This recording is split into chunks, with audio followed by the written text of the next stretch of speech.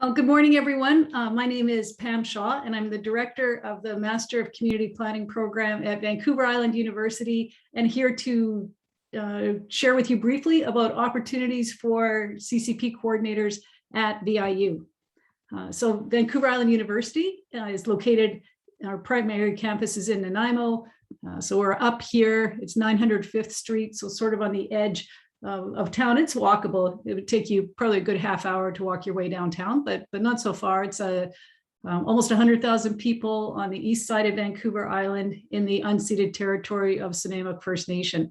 And so it's a beautiful location. We also have campuses in Cowichan and Powell River and a small satellite center in Parksville. But our main campus is in Nanaimo. There's about 14,000 students total at VIU, about 9,000 degree students, because VIU does offer a wide range of programming from trade certifications all the way through to master's degrees.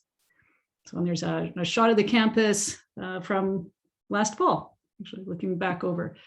So we have the Master of Community Planning program. This is our 7th year of the program. We are fully accredited with the Canadian Institute of Planners and the Professional Standards Board.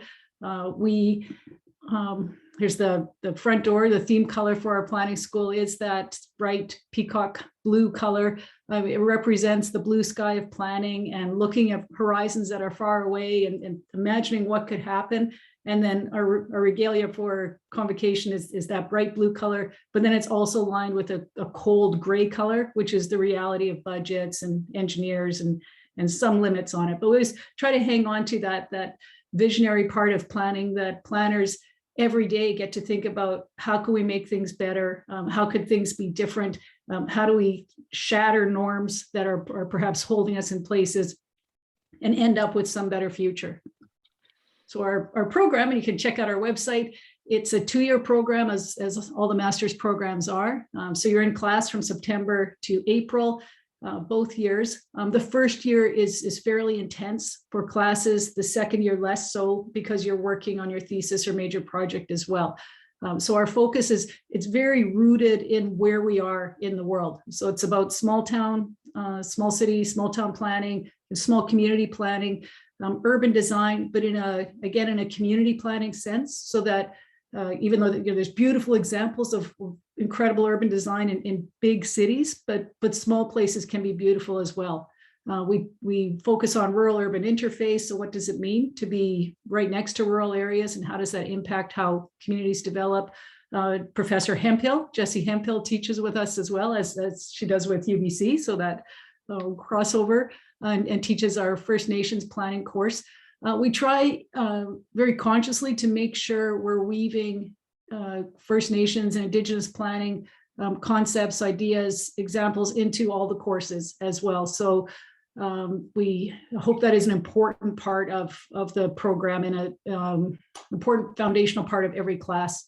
Sustainable economic issues, and then resilience to climate change. So we are located on an island and surrounded by the small islands of the Salish Sea. So islands are kind of that canary in a coal mine from a climate perspective. So the places that will be that are being most strongly impacted by what's happening with the climate crisis right now. So all of those are things that we focus on.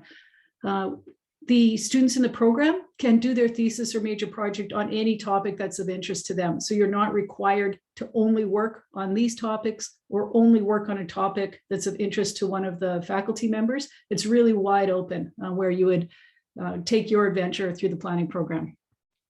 I also want to mention it's fairly new, so most people haven't heard about it, but we have a new professional Indigenous lands management certificate.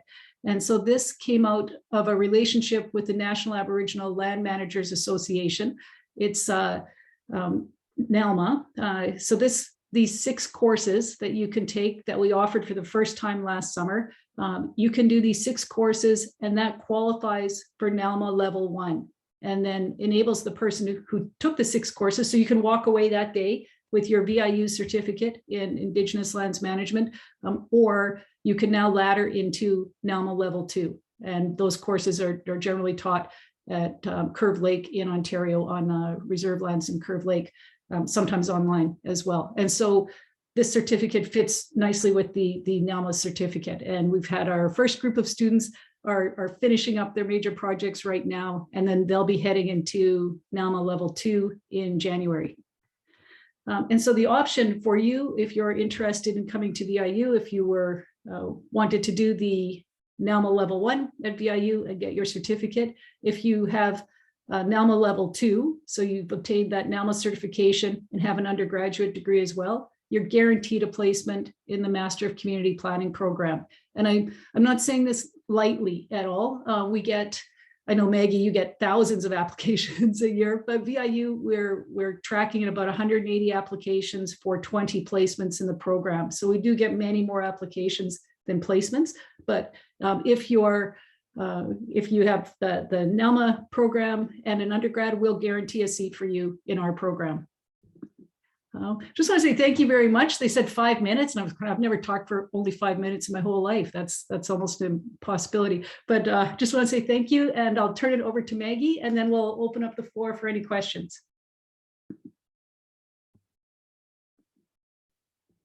Thanks so much, Pam. That's such a great program. I love the images of Nanaimo as well. Yeah, and really great to know about the Professional Indigenous Land Management Certificate. That's wonderful.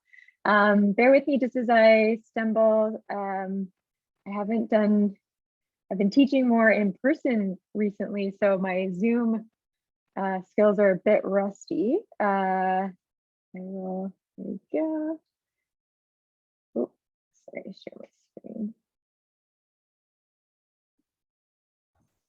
There we go. Can you see my screen okay? Yeah, great. Okay, just put in presenter mode there.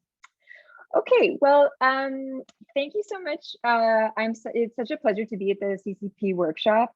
This is such a great event every year, and just so delighted and honored to be part of it. And so here, my name is Maggie Lowe, and I'm an assistant professor at the School of Community and Regional Planning at the University of British Columbia, which sits on the unceded ancestral and traditional territory of Musqueam peoples. And I'm going to talk to you very quickly today, give you a brief overview about the Indigenous Community Planning Program here at SCARP, or as I will say, the Indigenous Community Planning Concentration. And so what is, and I'll say ICP for short, affectionately. So quickly, ICP it's a 2-year master's degree at the School of Community and Regional Planning. And it is a concentration of the larger masters in community and regional planning. And it's dual accredited, which means when you finish the program, you are accredited in, you can become an accredited planner in both Canada and the United States.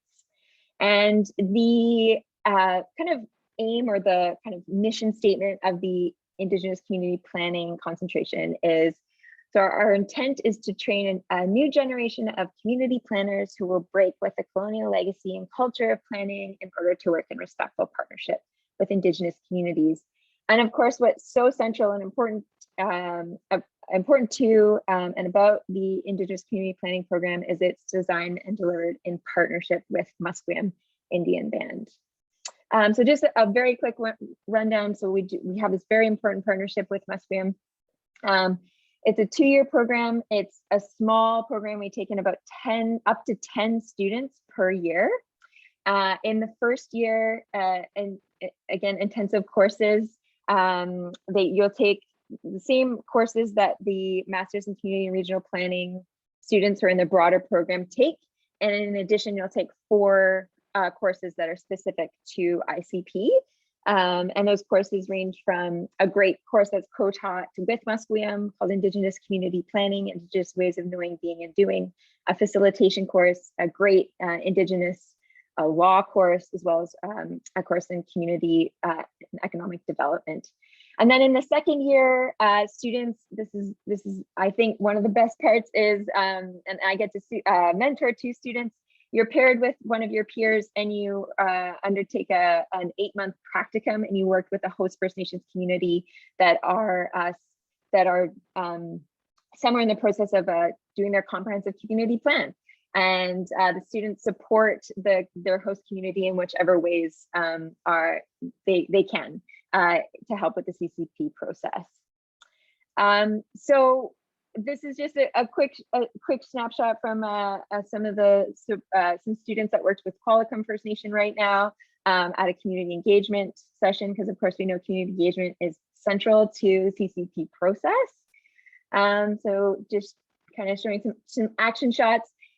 If you are a CCP coordinator and you would like to partner with the ICP program, we'd love to hear from you. Right now we're working with 4 communities, and that shifts from year to year. So if you are looking in the next few years to get some support from students over an 8-month to 10-month practicum, please do feel free to reach out. Yeah, it definitely is a great opportunity for our students. And we hope also for you as CCP coordinators to provide a little bit of extra support. And if you are a prospective student or you know of anybody who would be interested in the ICP program, we've both Indigenous and non-Indigenous students from a variety of backgrounds and lived experiences. If you have experience working with Indigenous communities, that's definitely a plus, and applications are opening up soon. So if you have any questions about that, please feel free to reach out. And I think that's almost 5 minutes. So thank you so much for listening, and happy to take any questions.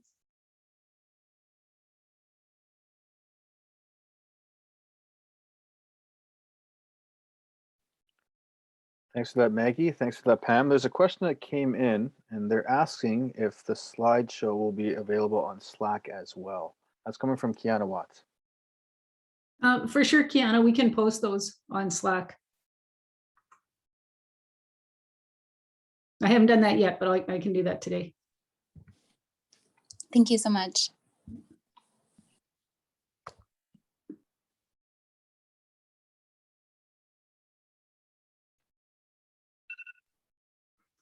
Maybe while people are thinking of questions, I'll mention as well. So one of the aspects of our program is similar to exactly what Maggie was talking about. It's very applied. And so every year we do projects in community, wherever we are invited to participate. So we worked at the start of the year on a project with the, our first week is orientation week. So that was a project with the South End Neighborhood Association in Nanaimo. So not downtown and not Harewood, if you know Nanaimo, but sort of everywhere in between. Going out to the ocean, and we did 6 different projects in the neighborhood, 6 concept planning projects, and then, you know, as Maggie said as well, we worked with Qualicum First Nation. Comox First Nation has been a long-standing partner that we've done a whole series of projects with too, and just looking at places where we can serve a useful purpose, do something that's important to the community, and that we're invited to come in and participate. So it's been some really good experiences over the past few years. And Maggie, I just want to say, I commend you on the work you do and the work you do at UBC. I think it's such a good program, and it's, we graduate really good students, but I know UBC, of course, as well. So yeah, I commend the work you do. Oh, thanks, Pam. Same to you. May I ask how long the Indigenous Community Planning course is? I didn't catch that part. Yeah, the one at UBC? Yes. Yeah, the concentration runs 2 years. Okay. And then in that first year, you'll take a whole bunch of courses, and those courses run with some elective options. And those courses run kind of the normal kind of terms of the post-secondary. So like one course, the courses will go from September to December, and then the next term will go from January to April. Okay.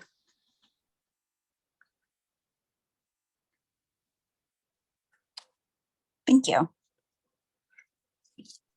Yeah, and I will say the practicum experience in your second year, it runs the full full term 1 and term 2 of your second year. And then you'll also take a course that's what Jessie Hemphill teaches, the amazing Jessie Hemphill. So she teaches that course that runs alongside with the practicum. Oh, okay, that's awesome. And ours is a little bit different. In your second year, you do an internship, and the internships are with, could be with a wide range of communities. Sometimes we, or organizations. So sometimes it's working with First Nations or local government or a private planning consulting firm, or potentially a not-for-profit group as well. So we have, every person does a different internship, or the odd sponsor will want a couple of interns for it. And our internship is incorporated as part of a professionalism course where we cover things like interview skills and negotiation and mediation for planners. Every week is a different topic, and then you do a minimum 70-hour internship. So it equates to being 2 weeks of full-time work for it. So a little bit of a different approach. I don't know. I know University of Manitoba has an internship, Maggie, but I don't know that it's typical of planning programs across Canada. So I think yours is probably the most intensive. And then like we have one and Manitoba has one, and I don't know that it's true for across Canada. So because it's not required. So.